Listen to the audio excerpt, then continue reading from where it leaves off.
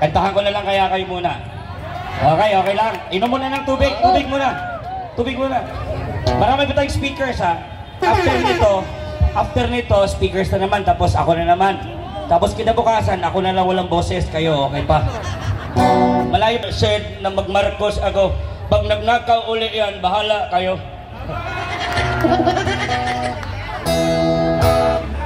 Ito, original composition ko para kay tatay. Masakit yung daliri ko pare, sandali ko. Eto na. Sa nagbigay ng sticker ko, salamat ha. Sinulat ko itong katang to noong 2016 pag panalo agad ni tatay. At hindi ko inasahan na kakantahin ko dito sa harap ng mga tao na ganito po ang kalagayan ni tatay. Isang pasasalamat para sa kanya. Pa-effects muna mga pare. Kaibigan, kababayan, kamusta ang bayan ko, sinilangan.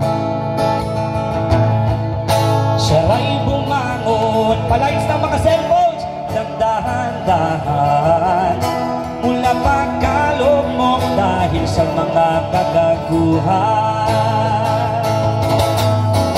Ang dami noong minamaltrato ng mga adik na nasa kanto. Ngayon nasaan ang mga abusado? Nandun sa kulungan ng iba'y sabiteryo. Salamat sa'yo! Salamat sa'yo, Tatay Digong. Inayos mo ang bayan, pinalawak mo ang aligtaan, patungo sa kinabukasan. Salamat sa'yo! Salamat sa'yo, Tatay Digong. Kabataan uling nabuhayan, ngayon lang namin nararamdaman, tinuod na kabaguhan. Ipauli na ang among tatay, uli na tayo. Isig kang isa kang buhay na bayani. Mabuhay si Tatay Digong! Maraming salamat sa inyong lahat. Mag-charge na kayo. Okay, thank you very much. Ako'y babalik mamaya. Okay, tawagin yung partner natin. Thank you, thank you. Mula sa sarap. Ito ang papel. Kami 4 na Pilipino, puro OFW. Pinailan kami nang hindi namin alam kung totoo na Interpol Red Notice. Ito nangyari totoo November 21, 2024. Dumating ang mga tao ni Torre sa office ng Prosecutor Makati. Hinuhuli ako. 7 kalalakihan na wala, hindi naka-uniform. Sabi nila meron akong red notice at kailangan akong ipadala sa Hague or sa UAE.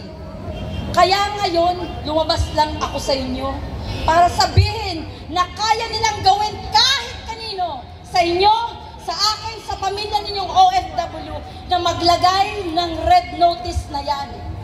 Hindi natin alam kung ito ay totoo o anuman.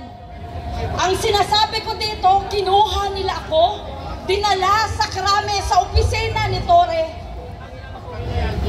7 araw nandun ako sa kanyang opisina, naghihintay ng kasagutan bakit ako nandoon. Humingi na ako ng tulong kung kani-kanino. Dumating ang 2 PAW na lawyers at sinabi, hindi ka dapat nandyan. Dahil ang Interpol Red Notice ay hindi warrant of arrest na katanggap-tanggap sa ating saligang batas. Di ba? Kaya mga kababayan, huwag kayong magtaka na si tatay, akala ninyo si tatay lang ang kaya nilang gawin ng ganyan. Hindi. Marami na kaming sinampol. Kayong mga kapulisan, baka hindi nyo alam. Ang pagdurusa ng mga kababayan nating pinagbibintangan katulad ni Tatay Digong. Si Tatay Digong na dating former ating president, nadala nga doon, paano pa tayo, ikaw, ako, ang ating mga anak, ang ating mga magulang, na wala tayong kalaban-laban, walang pambayad ng abogado, ikukulong lang tayo basta-basta. Hindi ako tumayo dito para maging sikat. Gusto ko lang sabihin sa inyo na ang Interpol Red Notice na photocopy ay kaya nilang ilabas at sabihin, ikaw, halika rito. Ikukulong kita rito, ipapadala kita ng Hague, ipapadala kita ng Dubai, nang wala sa ating saligang batas. Manot pat meron tayong saligang batas para sila pa rin ang matupad. Sino pa sila? Sino pa yung mga pulis na yan? Sila ay implementor lang ng batas. Hindi sila ang batas. Si Marcos ba ang batas? Hindi! Sino ang batas? Yan, panindigan niyan. Huwag tayong umalis dito nang hindi natin nasasabi ang ating mga damdamin, ang ating saloobin. Dahil kahit ang mga pulis na kasama ko doon, nagngingit-ngit ang kalooban.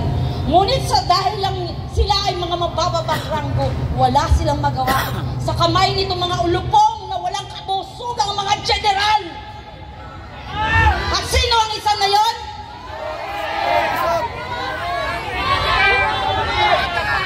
Ang hindi mga namumulat, mamulat kayo ngayon. Ito ang katotohanan. Ito ang nangyayari sa panahon ni Marcos. Huwag kayong pumayag. Huwag tayong pumayag. Manindigan tayo sa ating konstitusyon. Hindi po pwedeng sila ang maging batas. Lahat tayo dapat sumunod doon. Dahil ginawa ang konstitusyon para sa Pilipino, para sa Pilipinas. Hindi po pwedeng kung gusto nila, dadalhin lang nila suraan. Hinuli nila ako nang walang basa-basa ng aking karapatan. Nang walang human rights. Sabi ko, nasaan ang aking due process? Hindi ko alam kung totoo ang sinasabi niyan. Hindi ko alam kanino nang galing yan. Walang sabi-sabi. 7 araw na nandun ako. Para akong kawawa. Nakahiga ako sa sahig. Ganyan ang gagawin nila sa inyo pag nagkaroon kayo ng ganito. Nang hindi nyo alam. Nang dahil lang sa gusto nila kayong kunin. Sino man sa atin kayang gawin. Lumabas ako ngayon para kayo ay alalahanan. Huwag tayong papayag.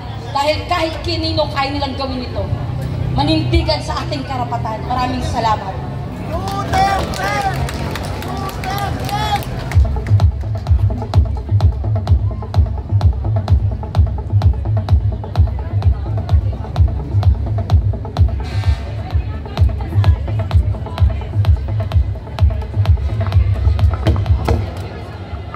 Salamat po. Ahayaan pa natin magpatuloy ang ginagawang ito ni Bangag! Duterte! Duterte! At ngayon naman po, mga kababayan, muli, nandito na po ang ating kasama at ang maisog na pambato sa Senado, Atty. Vic Rodriguez. Pakinggan po natin! Ang respeto, Pangulong Rodrigo Roa Duterte,